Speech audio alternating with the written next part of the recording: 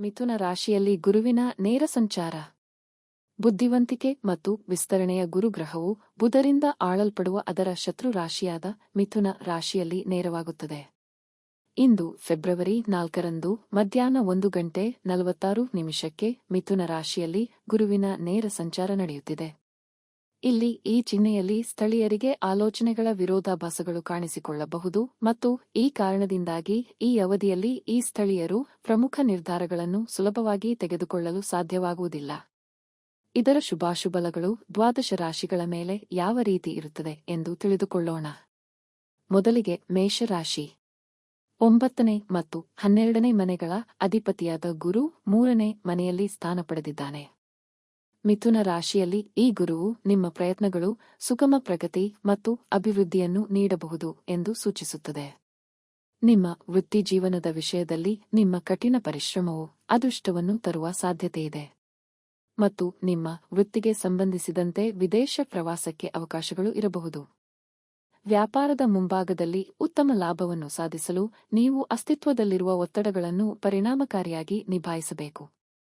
ಆರ್ಥಿಕವಾಗಿ ಈ ಅವಧಿಯು ಸೀಮಿತ ಅದೃಷ್ಟವನ್ನು ತರಬಹುದು, ವೆಚ್ಚದಲ್ಲಿ ಏರಿಕೆಯಾಗಬಹುದು. ಎಚ್ಚರಿಕೆಯ ಹಣಕಾಸಿನ ಯೋಜನೆ ಅಗತ್ಯವಿರುತ್ತದೆ. ವೈಯಕ್ತಿಕ ಮುಂಭಾಗದಲ್ಲಿ ನಿಮ್ಮ ಜೀವನ ಸಂಗಾತಿಯೊಂದಿಗೆ ನೀವು ಸಂವಹನ ಸವಾಲುಗಳನ್ನು ಎದುರಿಸಬಹುದು, ಅದು ಸಂಬಂಧದಲ್ಲಿ ಉದ್ವಿಗ್ನತೆಯನ್ನು ಉಂಟುಮಾಡಬಹುದು.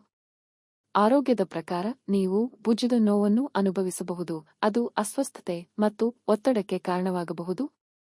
ಪರಿಹಾರ: ಶನಿವಾರದಂದು ರಾಹುಗ್ರಹಕ್ಕೆ ಯಾಗ ಹವನ ಮಾಡಿ.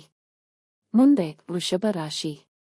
ಗುರು 8 ಮತ್ತು 11ನೇ ಮನೆಗಳ ಅಧಿಪತಿಯಾಗಿ 2ನೇ ಮನೆಯಲ್ಲಿ ಸಾಗುತ್ತದೆ ಮತ್ತು ನೇರವಾಗುತ್ತದೆ.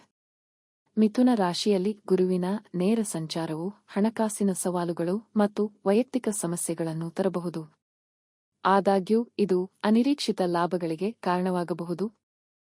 ವೃತ್ತಿಜೀವನದ ಮುಂಭಾಗದಲ್ಲಿ ನಿಮ್ಮ ಮೇಲಧಿಕಾರಿಗಳು ಮತ್ತು ಸಹೋದ್ಯೋಗಿಗಳೊಂದಿಗೆ ಉತ್ತಮ ಬಾಂಧವ್ಯವನ್ನು ಕಾಪಾಡಿಕೊಳ್ಳಲು ನೀವು ಹೆಣಗಾಡಬಹುದು ಮತ್ತು ಕೆಲಸದಲ್ಲಿ ನಿಮ್ಮ ಪ್ರಯತ್ನಗಳು ಗುರುತಿಸಲ್ಪಡದೆ ಹೋಗಬಹುದು. ನೀವು ವ್ಯಾಪಾರದಲ್ಲಿದ್ದರೆ ನಿರೀಕ್ಷಿತ ಹೆಚ್ಚಿನ ಲಾಭ ಬರುವುದಿಲ್ಲ. ಆರ್ಥಿಕವಾಗಿ ಅಸಮರ್ಪಕ ಯೋಜನೆ ಮತ್ತು ಅನಗತ್ಯ ಖರ್ಚುಗಳಿಂದ ನೀವು ನಷ್ಟ ಎದುರಿಸಬಹುದು. ನಿಮ್ಮ ವೈಯಕ್ತಿಕ ಜೀವನದಲ್ಲಿ ನಿಮ್ಮ ಮಾತುಗಳು ನಿಮ್ಮ ಜೀವನ ಸಂಗಾತಿಗೆ ಧನಾತ್ಮಕವಾಗಿ ಕಾಣುವುದಿಲ್ಲ. ನೀವು ಬಯಸುವ ಸಂತೋಷ ಮತ್ತು ಸಾಮರಸ್ಯದ ಮೇಲೆ ಅದು ಪರಿಣಾಮ ಬೀರಬಹುದು. ಆರೋಗ್ಯದ ಮುಂಭಾಗದಲ್ಲಿ ಹಲ್ಲಿನ ನೋವು ಮತ್ತು ಕಣ್ಣಿನ ಸೋಂಕುಗಳ ಅಪಾಯವಿರುವುದರಿಂದ ಹೆಚ್ಚುವರಿ ಮುನ್ನೆಚ್ಚರಿಕೆಗಳನ್ನು ಸೂಚಿಸಲಾಗುತ್ತದೆ. ಪರಿಹಾರ: ಗುರುವಾರ ಗುರುಗ್ರಹಕ್ಕೆ ಯಾಗ ಹವನ ಮಾಡಿ.